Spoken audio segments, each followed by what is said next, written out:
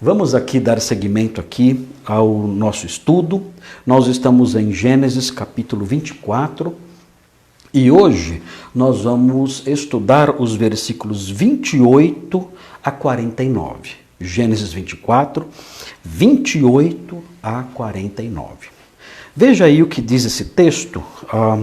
Eu vou ler o texto todo e vou tentar caminhar sobre ele. Os irmãos, então, acompanhem, porque notem bem, muito do que é dito nesse texto aqui é repetido, é repetição.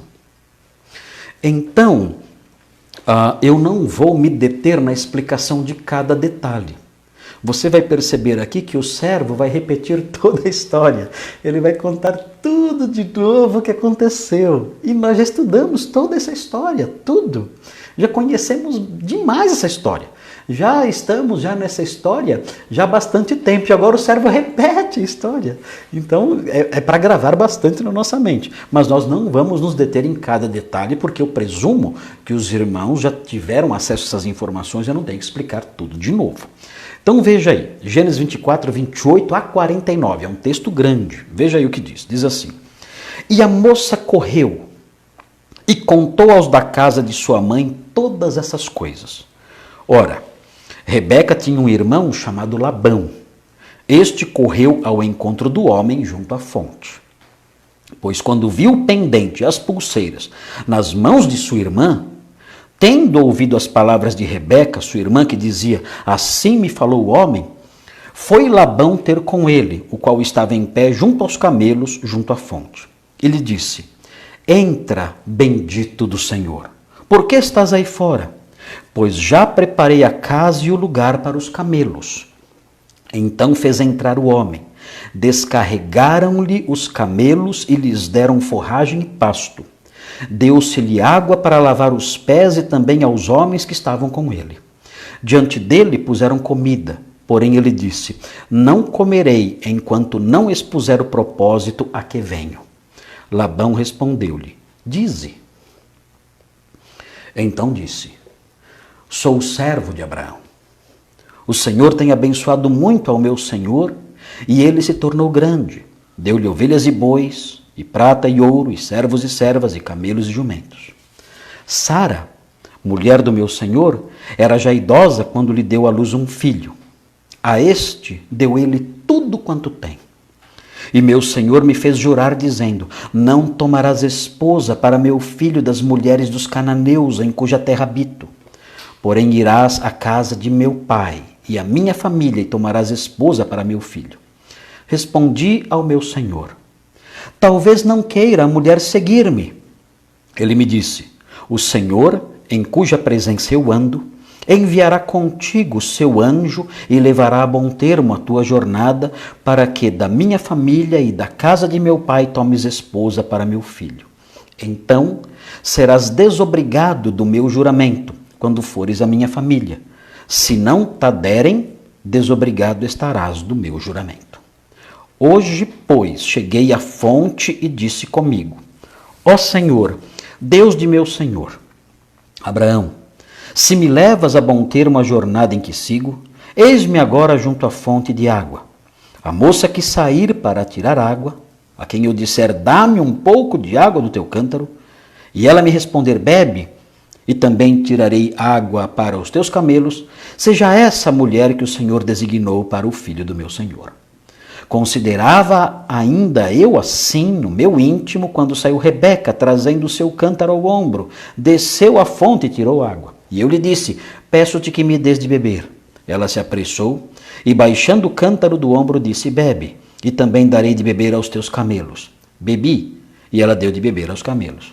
Daí lhe perguntei: De quem és filha? Ela respondeu: Filha de Betuel, filho de Naor e Milca. Então lhe pus o pendente no nariz e as pulseiras nas mãos. E prostrando-me, adorei ao Senhor e bendisse ao Senhor, Deus do meu senhor Abraão, que me havia conduzido por um caminho direito, a fim de tomar para o filho do meu senhor uma filha do seu parente. Agora, pois, se haveis de usar de benevolência e de verdade para com o meu senhor, fazei-mo saber. Se não, declarai-mo, para que eu vá, ou para a direita, ou para a esquerda. Muito bem, irmãos, aí está o texto longo. E eu dividi o texto, como sempre faço, em 3 partes. Os irmãos aí devem observar as 3 partes desse texto. A primeira parte está nos versículos 28 a 33. Eu divido de acordo com o avanço da história. Cada vez que a história avança um pouco mais para frente, então eu coloco aí uma divisão. E essa primeira parte, o título dessa primeira parte é o seguinte: a missão do servo tinha precedência sobre tudo. É o título dessa porção dos versículos 28 a 33. A missão do servo tinha precedência sobre tudo. E é muito importante destacar isso aqui. Nós vamos ver depois, no tempo devido, a relevância disso para nós. A missão do servo tinha precedência sobre tudo.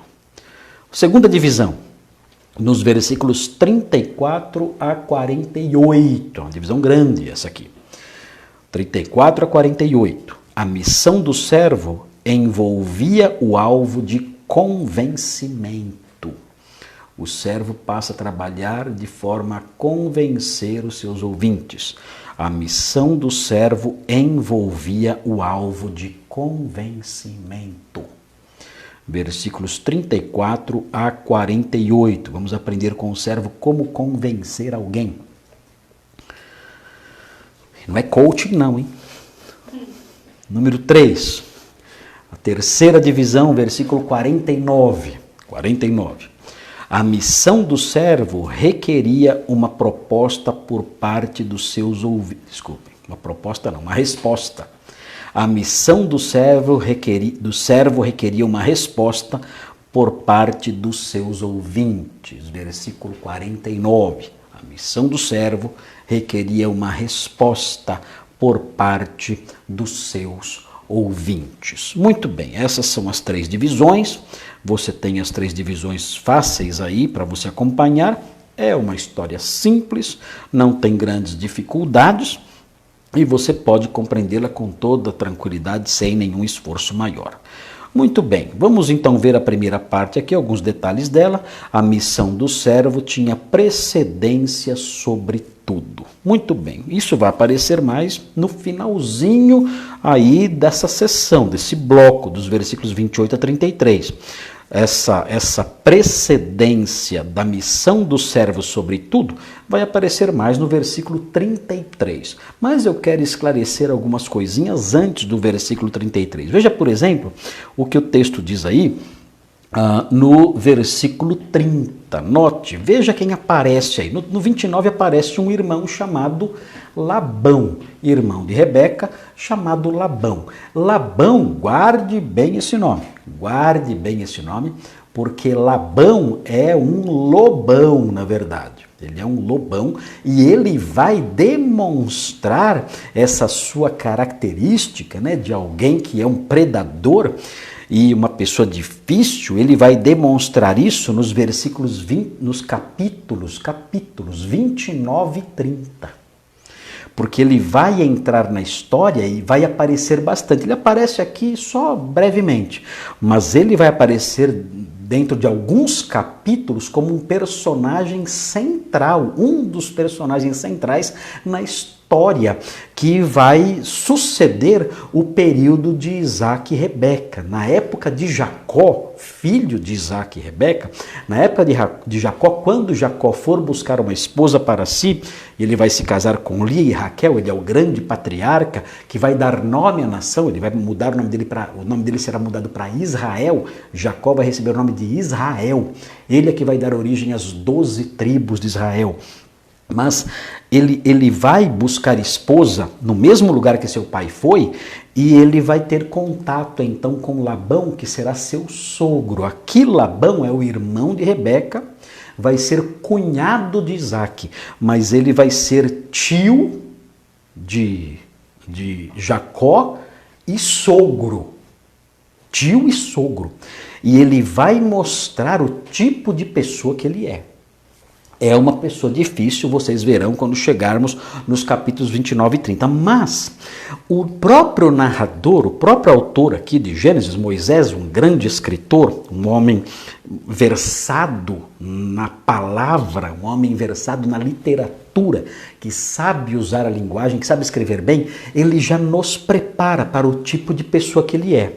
Como ele faz isso? Ele mostra no versículo 30 o que estimulou Labão a correr até o servo. Veja, o texto diz, quando ele viu o pendente de ouro no nariz dela, e as pulseiras nas mãos da sua irmã, quando ele viu isso, nós já vimos, era um presente que beiraria hoje mais ou menos o valor de 40 mil reais. Quando ele viu a irmã dele chegando em casa com um presente que valeria hoje mais ou menos 40 mil reais, o que ele fez? Veja o texto. Ele foi ter com ele, o qual estava em pé, junto aos camelos, junto à fonte. Ele correu até aquele homem. O versículo 29 fala, versículo 29, este correu ao encontro do homem junto à fonte. Por que ele correu? Será que o autor bíblico quer mostrar que ele era hospitaleiro e tudo mais? Ele era muito preocupado, sempre que chegava alguém na fonte estrangeiro, ele corria lá? Será que era isso? Não. Aqui o autor bíblico está nos preparando para o que vai acontecer depois. Ele está mostrando já um pouquinho do caráter e dos interesses de Labão. Ele quer mostrar que Labão é alguém que tem uma inclinação muito forte para o lucro. Ele é alguém que tem interesses materiais bem acentuados. Ele vai, nos dias de Jacó, ele vai fazer de tudo para arrancar o que puder de Jacó e enriquecer às custas dele. O que ele puder tirar de proveito de Jacó, ele vai tentar tirar. Ele vai fazer isso. E aqui nós já vemos um sinalzinho desse seu perfil. Um homem que quer tirar proveito de quem tem alguma coisa a dar. Existem pessoas assim. Existem pessoas que quando percebem que alguém pode ser uma fonte de benefícios materiais, corre. Na mesma velocidade, sai correndo na direção da pessoa, com a mesma prontidão e velocidade que Labão correu para o poço para encontrar aquele servo que tinha dado presentes ricos para sua irmã. Então, a Bíblia coloca isso aqui já sutilmente, ela já insere isso aqui sutilmente, já para preparar o leitor para o que vai acontecer depois. E existe nisso aqui, sutilmente, aqui existe uma notinha de reprovação. Quando nós lemos os capítulos 29 a 30 depois, então essa notinha de reprovação se torna mais nítida, mais forte, mostrando, olha, esse homem é um homem aproveitador.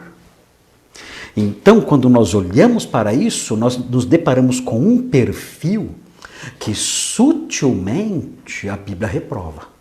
Esse homem vai atrapalhar a vida dos patriarcas. Ele vai atrapalhar. Esse homem, mais tarde na história, será uma pedra de tropeço, vai ser alguém difícil.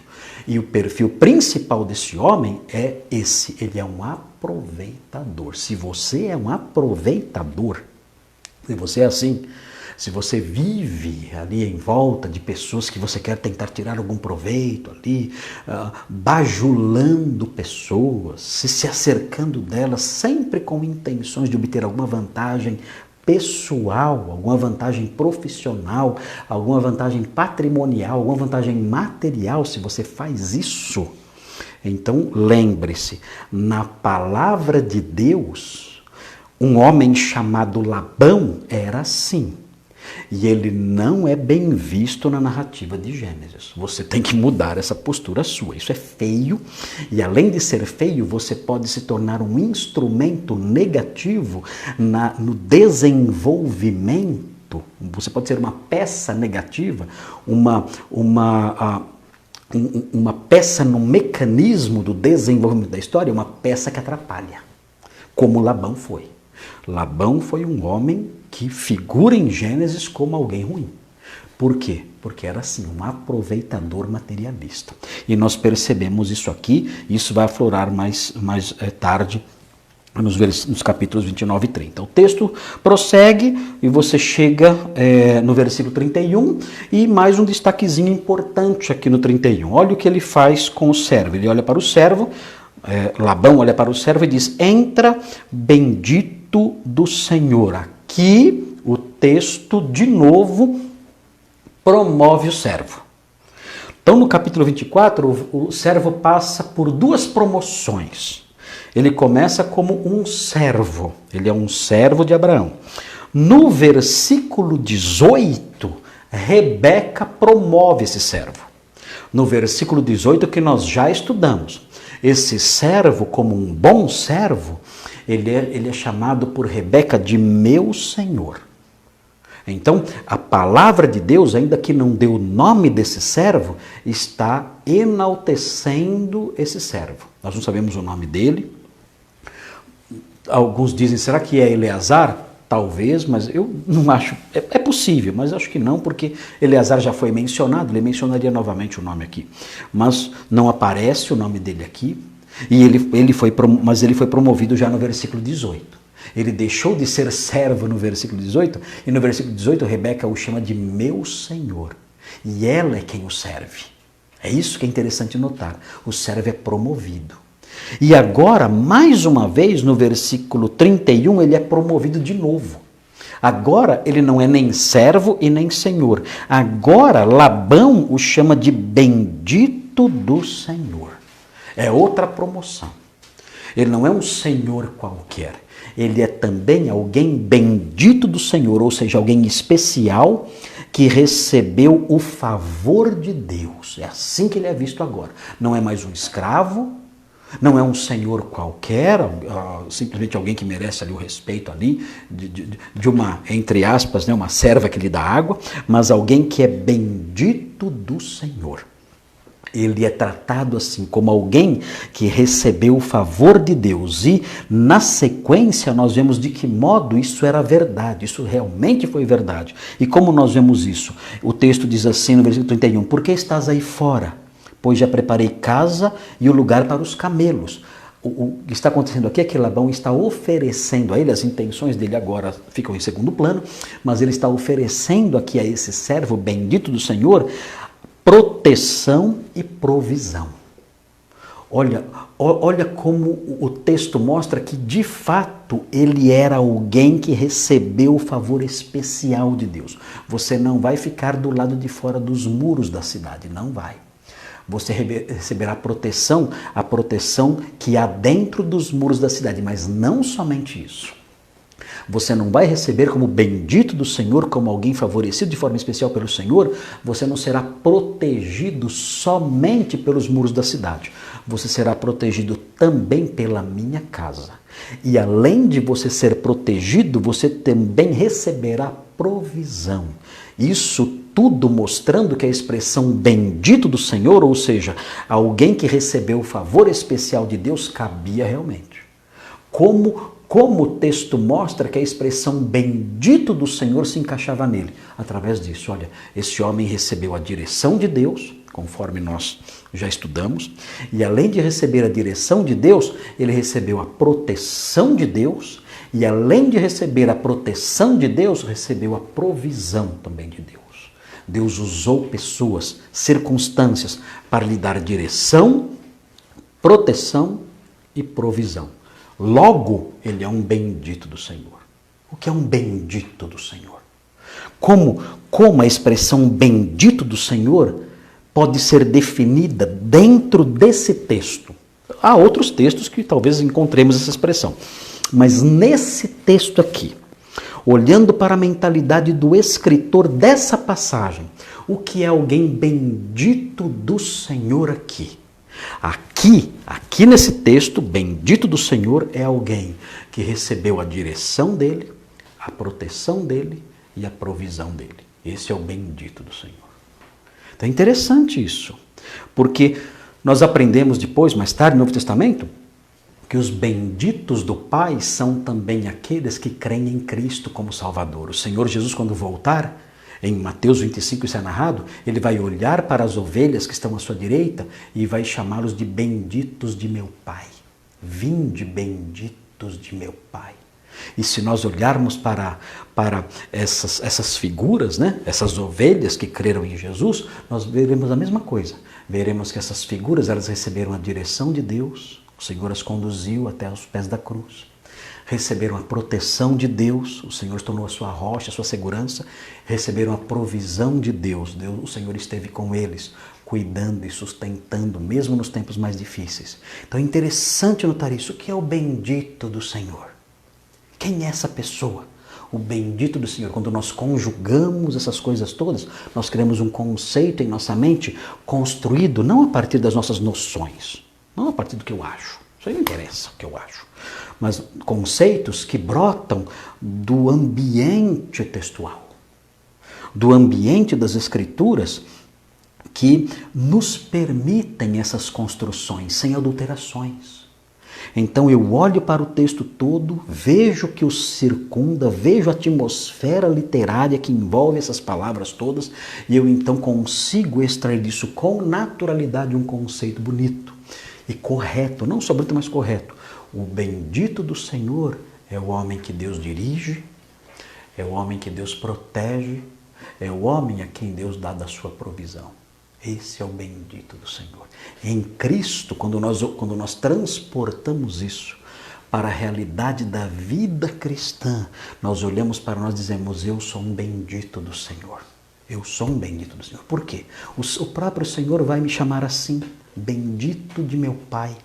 O Senhor se dirige aos crentes dessa forma. E de fato, porque eu estava perdido e Ele me mostrou o caminho. Ele mostrou a direção e me guiou. Ele não só mostrou o caminho, mas me tomou pela mão e me dirigiu. E mostrou-me. Ele me mostrou: olha, a salvação está aqui, aos pés da cruz de Cristo. E eu então me prostrei. Ele me guiou até os pés da cruz. Ele me guiou até o Senhor Jesus Cristo. Ele me chamou. E quando Ele me chamou, o seu brado rompeu a minha surdez. E eu escutei o seu brado, escutei o meu nome, Ele me chamou pelo meu nome. E eu então, eu passei a segui-lo, Ele me guiou então. Ele foi um bom pastor que me guiou. E eu fui até os pés da cruz e eu criei nele, eu recebi perdão. E mais do que isso, eu recebi proteção. Eu me escondi atrás da cruz. Ele me protegeu do pecado. Ele me protegeu do juízo. Ele me protegeu da justiça punitiva de Deus. Ele me livrou disso tudo. Me livrou da grande morte eterna. Ele me livrou disso tudo. Me deu proteção nos seus castelos de salvação, nas suas muralhas de salvação. Atrás da cruz, Ele me colocou ali e me protegeu da sua ira, da ira que recai sobre os incrédulos. Me protegeu disso tudo. E mais, Ele me deu provisão. Eu tinha fome. Meu coração era faminto e sedento. A minha alma era seca. Eu vagava rastejando aí pelo mundo, procurando alimento, comendo o lixo que o mundo dá, tentando encher a minha vida e satisfazer a minha vida, o meu coração, a minha alma, a minha mente com lixo, tentando matar a minha sede com água podre e água salgada que o mundo oferece, água venenosa. Mas Ele me deu provisão, Ele me deu alimento espiritual, a sua palavra. Ele me deu água espiritual. Eu nunca mais tive sede, Ele me deu provisão. Então, tendo tido dEle direção, tendo tido dEle proteção e tendo tido dEle provisão, eu posso dizer que eu sou um bendito do Senhor. Uma pergunta importante aqui para você agora. Você é um bendito do Senhor? Você é? Você é um bendito do Senhor? Se você se encaixa na descrição que eu falei agora, não tenha dúvidas. Você é um bendito do Senhor. Se você não se encaixa, desculpe. Você não entra nessa definição bíblica. Você está fora dessa definição. Você tem que hoje ainda, na sua casa, terminando aqui esse tempo, ou até durante esse tempo, você tem que dizer: Senhor, socorro. Eu quero ser definido assim como um bendito do Pai. Eu quero provar da sua direção. Conduza, Senhor, a minha vida até a cruz, o meu coração até a cruz. Dá-me da tua proteção aos pés da cruz, o seu perdão, o livramento da ira, da morte eterna. E dá, meu Deus, provisão, satisfaça a minha alma sedenta. Faça isso hoje e Ele vai atender. Eu sei que Ele vai porque Ele disse. E na palavra de Deus nós aprendemos. O Senhor Jesus disse, aquele que vem a mim de modo nenhum lançarei fora. E o apóstolo Paulo prometeu, o apóstolo Paulo disse que quem invocar o nome do Senhor será salvo. Então não duvide, vá e você receberá isso e será então bendito do Senhor.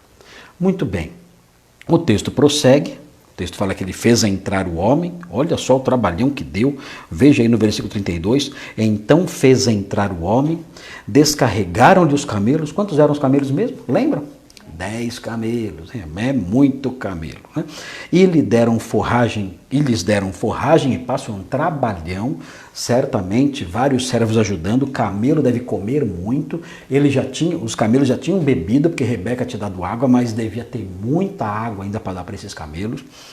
E notem, deu-se-lhe água para lavar os pés, ele era um servo, mas está sendo tratado como um senhor aqui, ele é um bendito do Senhor, vai lavar os pés, ele recebeu água para isso, e também os homens que estavam com ele, uma comitiva, e diante dele puseram comida. Gente, deve ter dado um trabalhão isso aqui, imagine uma comitiva enorme, uma grande comitiva, 10 camelos, mais os homens, que nós não sabemos quantos eram. Todos ali chegaram na casa. Já imaginou na sua casa chegar um grupo assim desse tamanho? Esse monte de gente, todos com fome, e você tendo que hospedar? Deve ter sido um trabalho imenso isso aqui. E eles estavam cansados, precisavam se recompor, dar alimento para os animais. Certamente foi um reboliço lá. Eu não queria estar no lugar dos servos daquela casa e das mulheres ali daquela casa. Não queria estar no lugar deles. Porque deve ter sido um trabalho gigantesco isso aqui. Mas notem, quando trouxeram a comida, trouxeram certamente uma comida muito boa para o servo, o que ele respondeu? Ele disse, não comerei. Ele disse, não comerei, enquanto não expuser o propósito a que venho. Ou seja, o que esse servo fez? É muito bonito isso aqui. É bonito porque isso mostra um padrão do servo verdadeiro. O servo mostrou que a missão dele tinha precedência sobre tudo, inclusive sobre o seu bem-estar pessoal. Tudo. Assim, eu quero comer. Eu viajei bastante para chegar aqui. Eu estou comendo, né, sanduíche de mortadela o caminho todo. Porque não tinha o posto Graal para ele parar com os camelos, né, beber água e comer um almoço. Não tinha o posto Graal, não tinha o frango assado para ele parar ali, esses postos grandes, né, para ele parar ali e comer uma refeição mesmo. Não tinha isso. Ele estava comendo a comida que tinha trazido. Comida lá, comendo o que tem. E viajou cerca de 750 quilômetros nessa base. Então, certamente, ele estava assim, com muita vontade de comer uma comida boa, comer uma comida quentinha, uma comida preparada na hora, né? Quem sabe ali, né? um animal tivesse sido morto, um novilho tenha sido morto, e eles então tivessem preparado aquela carne gostosa, fresquinha lá para ele comer, ele sentindo o cheiro daquela carne gostosa, depois de uma viagem tão longa como essa, e aquela tentação, né? Vamos comer bastante, depois que a gente come tem a sobremesa, depois toma um cafezinho expresso, aí depois vamos falar sobre essas coisas. Não, ele falou não. Tenho fome, estou com fome, estou louco para comer esse novilhinho aí, essa carninha aí, eu acho que tinha uma carninha lá. Né? Estou muito interessado nisso tudo e preciso disso tudo, mas existe algo que está acima do meu bem-estar e acima dos meus interesses. E esse algo é a minha missão. A minha missão está acima de tudo. A minha missão está acima do meu almoço. A minha missão está acima do meu jantar. A minha missão está acima do meu conforto, da satisfação dos meus interesses, do meu bem-estar pessoal. A minha missão está acima de tudo isso. E, irmãos, por que isso é importante? Porque esse servo aqui do capítulo 24, ele é apresentado pelo escritor, e é fácil os irmãos perceberem isso. Nós não precisamos de uma afirmação expressa disso. A simples história mostra isso. O autor bíblico, quando ele pinta o retrato desse servo, ele mostra que ele é um bom servo, é o melhor servo, é o servo exemplar. Nós percebemos isso já no comecinho da história. Abraão chamou o servo mais confiável dele, que ele tinha colocado sobre todos os bens que ele possuía em sua casa. E nós vemos ao longo da história que ele é realmente um servo sábio, um servo humilde, um servo dedicado, um servo esforçado, um servo leal. Então o perfil que aparece aqui é do servo perfeito. Perfeito. Ele é um servo que não deixa nada a desejar. Então, por que é importante conhecermos esse perfil? É importante conhecermos esse perfil porque nós também somos servos. Nós também somos servos. Nós não somos como o mundo. O discurso do mundo é assim: eu sou dono do meu nariz, eu sou dono da minha vida, eu faço o que eu quero, eu tomo as decisões que eu quero, eu vivo como bem entendo, e as pessoas dizem assim até: eu faço o meu futuro. Até isso nós encontramos da boca de crentes: eu determino o meu futuro, eu tomo os meus rumos, eu sou o dono da minha vida. O mundo fala isso e alguns crentes falam isso, mas nós que somos crentes bíblicos, nós sabemos que nós não somos assim, nem queremos ser assim. Isso para nós não é nós não temos interesse em ser assim, nós não vemos privilégio nenhum em ser assim, nós não vemos atrativo nenhum nisso. Eu vou fazer o que eu quero da minha vida, sou dono do meu nariz. Nós não vemos atrativo nenhum nisso, isso nos repugna, isso nós repudiamos, isso não nos atrai. Porque nós sabemos pela Bíblia que nós somos servos, nós nos tornamos servos. O Senhor nos libertou da escravidão. Aliás, esses que acham que são donos do seu nariz, na verdade são escravos do pecado e são escravos de desejos malignos do diabo e do mundo. Eles pensam que são donos do seu nariz, mas não são. Pensam que são donos dos seus destinos, mas não são. São escravos do pecado, do seu coração, da sua malícia. São escravos do mundo que os engana e os destrói. São escravos do diabo que os manipula. Nós fomos libertos disso tudo. Nós não somos mais escravos do mundo, mas nós nos tornamos, de acordo com o ensino do apóstolo Paulo, escravos de outro. Não existe ninguém que não é escravo de ninguém. Nós aprendemos que nós deixamos de ser aquele tipo de escravo e nos tornamos escravos do Senhor Jesus Cristo. E assim então nós dizemos: eu não sou dono do meu nariz, eu não sou dono da minha vida, eu não uso o meu corpo como eu bem entendo e não tomo as decisões que eu quero ao meu bel prazer. Não, eu sou um servo do meu Senhor. E como servo do meu Senhor, eu quero ser um bom servo. Aliás, o Senhor diz que tem que ser assim. O Senhor diz que no último dia, quando estiver diante dele, na sua presença, ele vai se dirigir a mim como servo bom e fiel, se é que eu fui um servo bom e fiel. Mas antes de tudo, sou um servo. Então, quando eu, como servo, eu que sou um servo, você que é um servo ou uma serva, quando nós que somos servos do Senhor nos deparamos com um perfil positivo de servo, isso deve nos atrair. Eu devo olhar para esse perfil positivo e dizer: eu quero ser assim. Eu quero ser como essa pessoa. Eu quero ser leal. Eu quero ser santo como esse homem, eu quero me colocar na dependência dele, eu quero ser bendito do Senhor, eu quero que essas realidades sejam palpáveis e notáveis na minha vida, eu tenho que olhar para isso.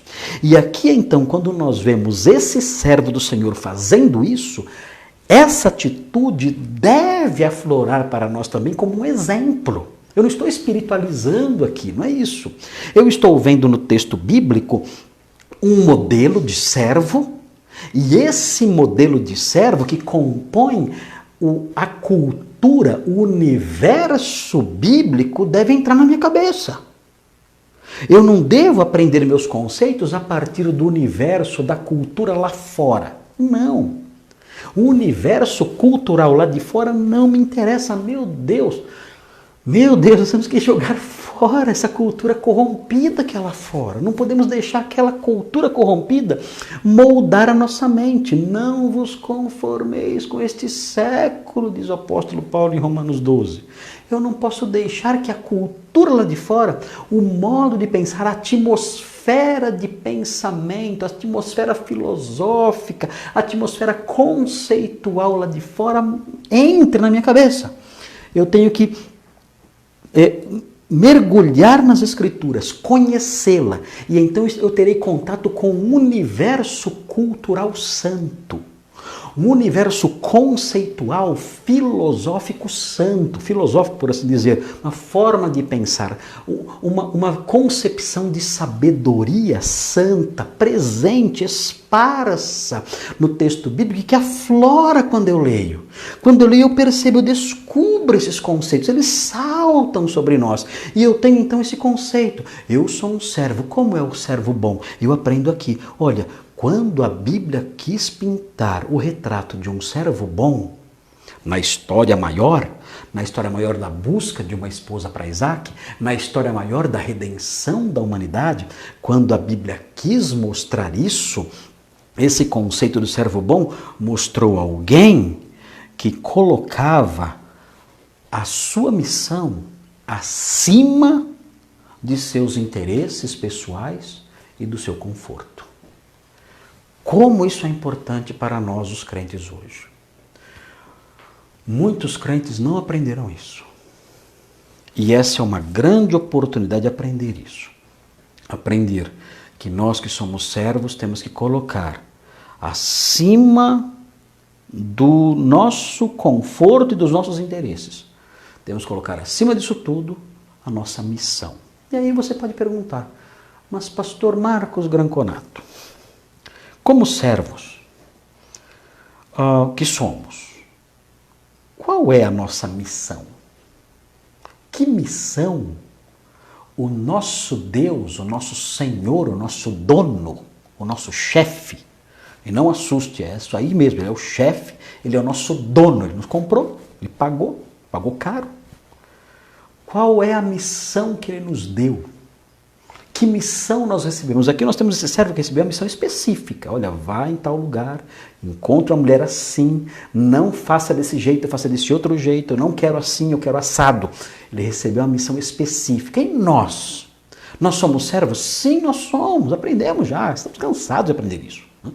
E qual é a missão que nós temos? Eu vou propor para vocês, aqui ainda nesse primeiro ponto aqui, eu vou propor para vocês, lembrando, eu estou recordando o ensino bíblico geral, nós podemos dizer que nós como servos recebemos responsabilidades que podem ser enumeradas, que podem ser elencadas num grupo, numa lista de 4 responsabilidades que nós temos como servos, até onde a minha memória pode chegar.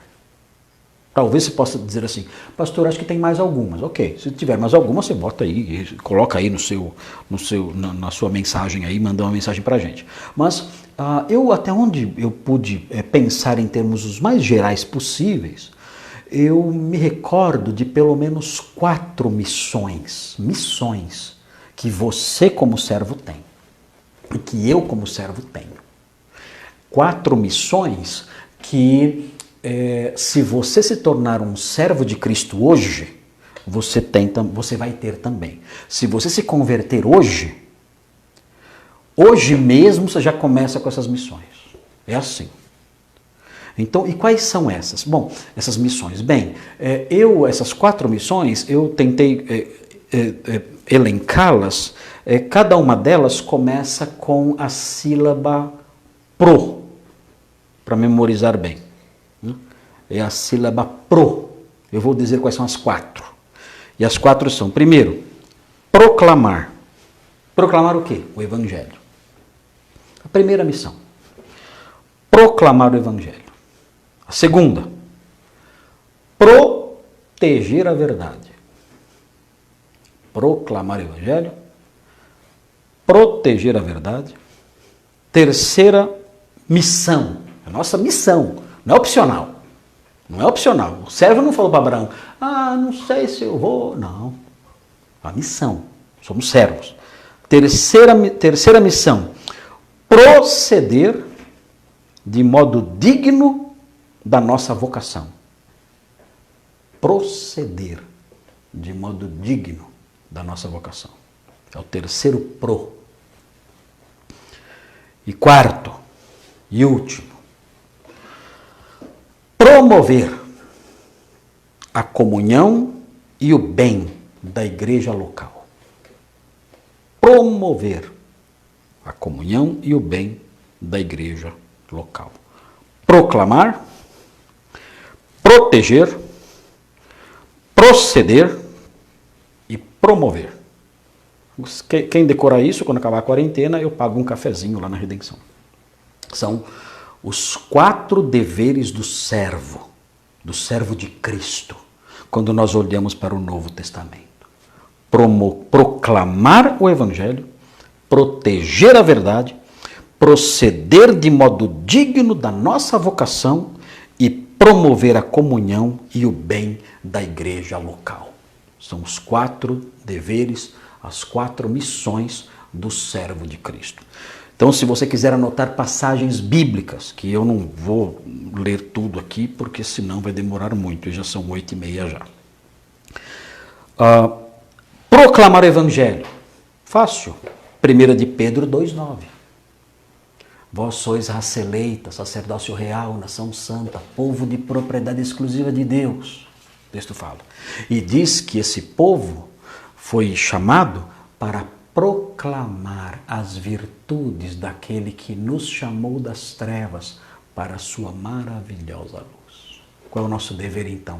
Proclamar as virtudes daquele que nos chamou das trevas para a sua maravilhosa luz. Eu tenho que proclamar que Deus é amoroso, que Deus me chamou das trevas para a luz, que Deus salva, que Deus é salvador, que Deus é perdoador. Eu tenho que proclamar as virtudes de Deus manifestas aí na mensagem de salvação dele. Proclamar as virtudes daquele que nos chamou, que nos salvou. Proclame as virtudes de um Deus salvador. Proclame as virtudes de um Deus redentor. Proclame as virtudes de um Deus que tira das trevas e traz para a luz. Isso é a proclamação do Evangelho. Nós fomos salvos e somos servos. E como servos que somos, temos que proclamar o Evangelho. Essa é a primeira missão. Segunda missão, proteger a verdade. A Bíblia fala em 1 Timóteo 3, 14 e 15. Você pode anotar aí na sua Bíblia, ou no seu caderno, nas suas anotações, ou no seu tablet, no seu celular, ou enfim, onde você quiser. Você vai anotar 1 Timóteo 3, 14 e 15. 1 Timóteo 3, 14 e 15. 1 Timóteo 3, 14 e 15 fala que a igreja é a coluna e o baluarte da verdade. Ou seja, numa construção civil, é como se a igreja fosse a coluna e o alicerce que mantém a casa da verdade de pé. Se você remover as colunas e os alicerces de uma casa, a casa vai cair.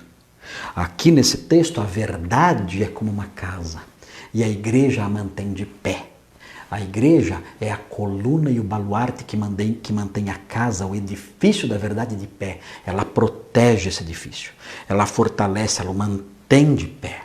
Então, qual é o seu dever como membro da igreja? Qual é o seu dever como participante da igreja, do povo chamado, do povo escolhido, do povo santo? Qual é o seu dever? Defender a verdade. Você não pode ter comprometimentos ideológicos que superem o seu comprometimento com a palavra de Deus. Você não pode ser de direita ao ponto de defender vícios de pessoas de direita ou crimes praticados pela direita política. Você não pode ter esse comprometimento. Você não pode ter comprometimento com a esquerda ao ponto de defender vícios, desvios e ensinamentos sujos, como nós vemos na esquerda política. Você não pode ter esse comprometimento. Você é um crente, você compõe a igreja é a coluna e o baluarte da verdade. Você tem que defender a verdade bíblica, a verdade de Deus, a verdade santa, independentemente da fonte dos ataques. Se o ataque vem do lado direito, repudie esse ataque. Se a mentira for promovida pelo lado direito, rejeite isso com todas as suas forças. Se a mentira vem do lado esquerdo, rejeite isso com todas as suas forças. Você é um servo. E como servo de Cristo, você tem que defender, proteger a verdade contra qualquer inimigo, qualquer discurso mentiroso tem que ter em você o seu maior inimigo. Você vai se levantar, vai dizer isso é mentira. Ah, então você é de direita, então você é de esquerda, não entende? Não tenho comprometimento com essas bobagens todas, não tenho. Eu defendo a verdade santa e não importa a fonte do ataque contra essa verdade. Eu me tornaria inimigo dessa fonte, não importa a sua cor, não importa o lado de onde ela vem. Eu sempre vou me posicionar defendendo a verdade do Evangelho. Você é um servo de Cristo, você não é um servo de direita, nem de esquerda, nem de qualquer outra ideologia. Isso não é ser isento, isso não é ser o isentão, não é. Isso não é. Pelo contrário, isso é assumir uma postura firme de alguém que defende a verdade a todo custo, sofrendo às vezes pedradas e golpes, e levando pedradas e golpes dos dois lados, ou de mais lados até. E se sentir sozinho muitas vezes nessa luta. Proceder de modo digno da nossa vocação. Você pode colocar Efésios 4:1, que é proceder de modo digno da vossa vocação. Nós temos que ter uma vida que se ajuste a quem nós somos. Quem nós somos? Nós somos servos do Senhor. Como é que nós andamos? Como é que nós procedemos como servos do Senhor? Qual deve ser o nosso modo de nos apresentar em público? Como nós devemos tratar os outros? Como nós devemos nos vestir? Ah, isso é legalismo. Não tem legalismo, não é isso. Ah, não pode usar bermuda, não é isso que eu estou dizendo. É que nós devemos nos vestir de maneira que expresse decência, respeito. Assim que deve ser. Não tem legalismo. Ah, qual o tamanho da saia, qual o tamanho do salto, qual o tamanho... Nada, isso é bobagem. Nós temos que lembrar, eu tenho que me apresentar fisicamente. Nas minhas vestimentas eu tenho que me apresentar de tal modo que seja digno da minha vocação. Eu, moço, não sou um mendigo porco na rua, não sou isso. Não sou um rebelde aí com a cara pintada gritando para lá e para cá, não sou isso, eu não sou isso. Eu não sou alguém que veste de preto e sai gritando e pulando na rua como um maluco, não sou isso, não. Eu ando de modo digno da minha vocação. A moça, ela não vai colocar aquelas roupas de moças de baixa moral, chamando atenção para os seus contornos, para os detalhes do seu corpo. Não vai fazer isso nunca. Ela sabe, eu vou andar de modo digno da minha vocação. Eu sou uma serva do Senhor Jesus Cristo, o Santo Rei dos Reis. Isso que eu sou. Eu não vou fazer escândalos. Não vou praticar imoralidades imundas, não vou andar com pessoas perversas, não vou adotar uma linguagem, eu como moço, como moça, como homem, como mulher, não vou adotar uma linguagem porca, uma linguagem suja, uma linguagem feia, não vou fazer isso. Como esposa, como mulher, eu não vou defender causas como esse feminismo que há por aí afora, violento, perverso, sujo, cruel, não vou fazer isso. Não, eu serei uma mulher cristã, como Rebeca. Eu, como homem, serei como Abraão. Serei como esse servo. Pessoas respeitosas, pessoas respeitáveis. Pessoas que se apresentam de modo digno da sua vocação, na sua linguagem, no seu modo de andar, de viver, de trabalhar, de tratar as contas, de cuidar do dinheiro, de administrar a casa, de tratar uns aos outros. É assim que eu vou viver. Eu tenho um dever, não é opcional, eu sou um servo. Eu tenho que proceder de modo digno da minha vocação. Em quarto lugar, promover a comunhão e o bem da igreja local. Esse item você pode colocar aí Colossenses 3, de 12 a 17. É um texto que eu gosto muito, eu compartilhei com o Remar nesta semana, o grupo de homens, eu compartilhei esse texto aqui. Colossenses 3, de 12 a 17. Não é um versículo só, é um trecho maior, porque trata de uma série de coisas referentes ao modo como nós devemos nos preocupar com a igreja local. Como nós devemos nos relacionar com a igreja local. Nós devemos promover o bem dos irmãos, fugir de contendas e de brigas. Nós devemos, há outros textos no Novo Testamento, eu coloquei só um texto aqui, mas há vários outros, é claro, isso aqui são textos que são apenas exemplos. Há muitos outros textos que falam sobre essas coisas que eu estou falando aqui. Cada um desses itens poderia ter aqui vários textos, eu coloquei um só para facilitar para você. Mas veja, aqui no promover o bem e a comunhão e o bem da igreja local, nós temos, por exemplo, os textos de Paulo que falam sobre os dons espirituais, Romanos 12, 1 Coríntios 12, 13, 14, mostrando ali a necessidade de cada membro se preocupar com o outro membro. Cada um realizando a sua função na igreja, Efésios 4, cada um realizando a sua função na igreja com vistas ao crescimento dos irmãos, para que todos cresçam espiritualmente e sejam servos melhores. E não sejam levados ao redor por qualquer vento de doutrina, como diz Paulo em Efésios 4. Então, todos ali unidos, trabalhando para que haja paz na igreja. Todos trabalhando para promover uma paz, um vínculo pacífico entre os irmãos. Todos trabalhando para que haja um amor que é, por assim dizer, o vínculo perfeito, como diz Paulo.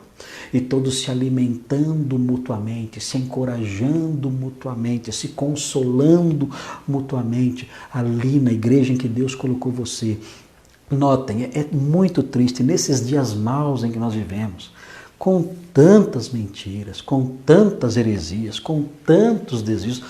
Nós nos cansamos, todo dia um chiqueiro novo é aberto, uma pocilga nova de ideias e de práticas é aberta. E nos dias de hoje, entre as diversas pocilgas que nós vemos por aí, existe a pocilga da ideia de que ir à igreja e cooperar com a igreja e trabalhar na igreja é algo mau. Não existe uma pocilga mais diabólica do que essa. Não existe. E pior, os porcos dentro dessa pocilga dizem que são evangélicos, dizem que são crentes. Eu sou crente em casa. Isso não existe. Isso foi criado, forjado no mais profundo inferno. Nós aprendemos, e é engraçado, essas pessoas dizem essas coisas e aí citam textos bíblicos de cartas escritas a igrejas. Não dá para entender, será que são loucos? Será que perderam a noção? Será que o incrédulo, a incredulidade cegou a tal ponto dele citar um texto escrito para uma igreja local dizendo que a igreja local não deve existir? É possível alguém chegar a esse ponto de cegueira e estupidez? Mas temos isso, é a pocilga lá dos anti-igreja.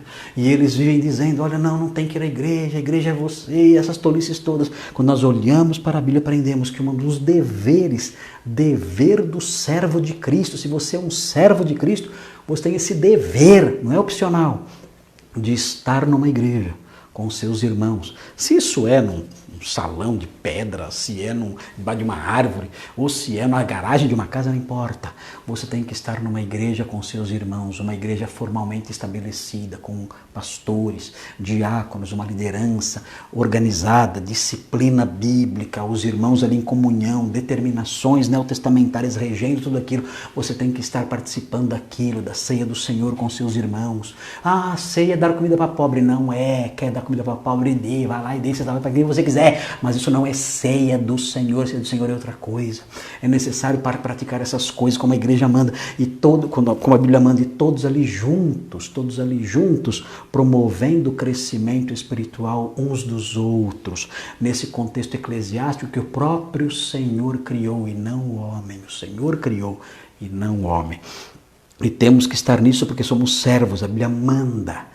O Senhor manda que eu promova a comunhão e o bem da igreja em que Ele me colocou. Se você é um crente relapso, que vai à igreja uma vez por mês, saiba, você é um péssimo servo.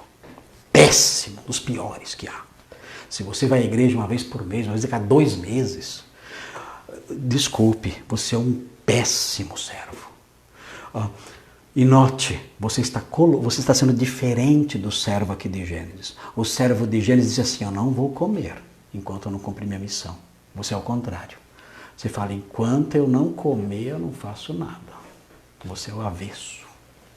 Ah, não posso, tenho que descansar. Não posso, tenho que ir numa festa. Não posso, tenho que ir no aniversário do condomínio. Eu tenho que ir no aniversário de um parente. Não posso, eu tenho que ir num restaurante, a minha esposa está cansada. Não posso, porque o que interessa é a família. Gente, tudo isso é colocar o interesse pessoal, é colocar o conforto pessoal na frente da missão que você como servo recebeu. Se você não proclama o evangelho, você é um péssimo servo. Ah, eu tenho vergonha. Você coloca a sua imagem na frente da sua missão. Você tem que proteger a verdade. Ah, eu tenho medo. Você coloca a sua segurança na frente da sua missão. Você tem que proceder de modo digno da sua vocação. Ah, vão rir de mim. Você está colocando de novo a sua imagem na frente da sua missão. Servo mau, servo mau. Você tem que promover a comunhão e o bem da igreja. Ah, eu acho que não é bem assim. Você é um péssimo servo. Você não está cumprindo a ordem que o Senhor lhe deu na sua palavra. Você não chega perto desse servo maravilhoso que é pintado aqui nas páginas das Escrituras, aqui no texto de Mateus 24. Você tem que mudar. Você tem que ser um servo que coloca a sua missão acima de tudo, inclusive do seu conforto e do seu bem-estar pessoal. Muito bem, irmãos, nós temos mais 2 pedaços aqui e não vai dar tempo de eu falar. Então nós vamos encerrar aqui hoje. Nós temos aí o item 2, a missão do servo envolvia o alvo de convencimento. Nós como servos, eu vou traçar um paralelo, nós como servos também temos o alvo de convencimento, tanto no evangelismo como na admoestação. Eu vi aqui uma estratégia do servo de convencer a família que ele foi lá abordar e que ele de fato abordou, tentando convencer a família a liberar a Rebeca. Eu enumerei aqui os pontos que ele destaca, e é interessante notar isso aqui, mas eu não sei se isso aqui é uma estratégia fixa, porque nós temos que ter cuidado, né, para não criar coisas que não existem. Mas uma coisa é certa, ele usou uma estratégia. Ele usou uma estratégia, está presente aí nos versículos 34 a 48, ele usou uma estratégia de convencimento. Ele usou. Isso está claro aqui. A narrativa dele, as coisas que ele destacou, as coisas que ele não disse, as coisas que ele disse, as coisas que ele não disse. Tudo isso, as ênfases que ele deu, compõem uma estratégia de convencimento. E vai dar certo, porque a família vai falar, tudo bem, a Rebeca está liberada.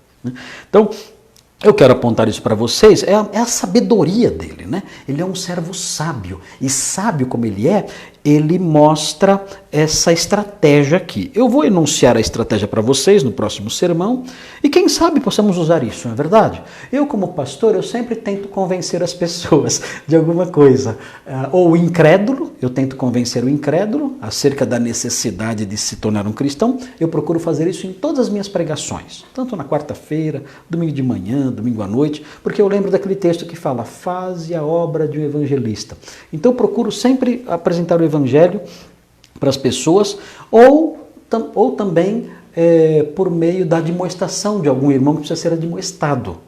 Então, sempre preciso convencer alguém, ou a deixar de ser incrédulo e se tornar crente, ou um irmão que já é crente abandonar uma prática e adotar outra. E esse texto aqui mostra a estratégia do servo. Quem sabe, né? Quem sabe essa estratégia possa ser usada em outras ocasiões também, como no meu caso, né, para evangelizar e para convencer irmãos que eventualmente eu tenho que admoestar. Vamos ver, na próxima semana veremos.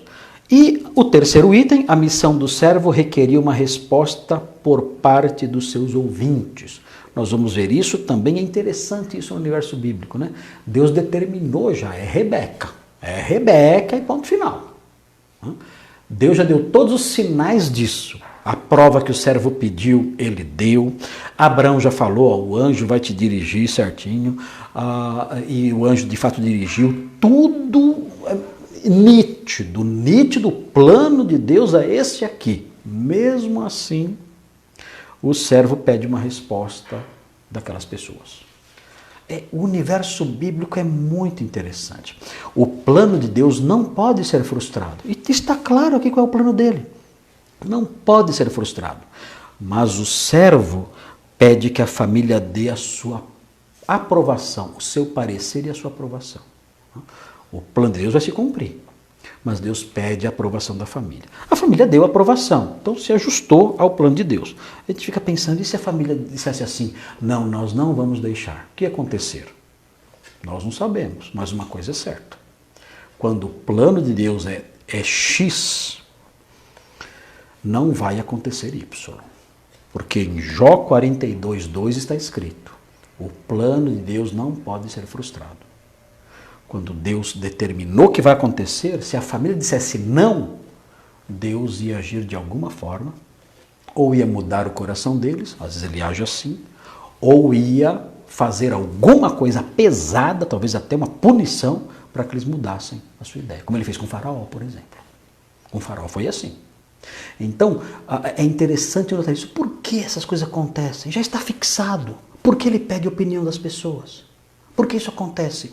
Deus coloca as pessoas para serem participantes da realização do seu plano. Ele faz isso. Ele faz isso. Quando as pessoas se harmonizam com o seu plano, tudo segue normalmente. Quando elas não se harmonizam, aí o Senhor atropela. Os arminianos falam assim, quando a pessoa usa o seu livre-arbítrio, na cabeça deles eles usam essa palavra, né? Eles usam essa expressão, o livre-arbítrio. Quando a pessoa usa o seu livre-arbítrio e fala não, aí Deus fala, então não posso fazer nada. Então Deus recua e fala, eu queria fazer, mas eu não posso atropelar o seu livre-arbítrio. O arminiano pensa assim, né? Não todos, né? Mas a maioria pensa desse jeito, né? Mas assim, na Bíblia isso não existe. Na Bíblia, todo mundo que falou assim, não, se Deus tem esse plano, mas eu sou contra. Todos foram atropelados. Todos. Faraó, atropelado. Quem mais? Jonas, foi atropelado. O apóstolo Paulo, dura coisa é recalcitrares contra os aguilhões. Não, eu não quero te aceitar. Jogou no chão, caiu no chão, sabe, Damasco, você vai aceitar, sim, Senhor. Então, é muito forte isso, é interessante ver isso na Bíblia. Deus, ele pede a aprovação, ele por assim dizer, ele pede o parecer e a aprovação das pessoas, ele convida, né? Ele convida a pessoa a se ajustar ao seu plano. Quando a pessoa diz não, ele não muda o plano, não. Ele não muda o plano, não. O que ele muda é o tratamento. Mas o plano dele, ele realiza. Não tem jeito. Aqui, nesse texto, eles se ajustaram ao plano e disseram, não, ela pode ir. E aí tudo correu bem. Se eles dissessem, não pode ir, o que Deus faria nós não sabemos, mas ele faria, porque o seu plano sempre é levado a efeito. Mas nós veremos isso na próxima semana, quando aprenderemos aí o restante desse texto.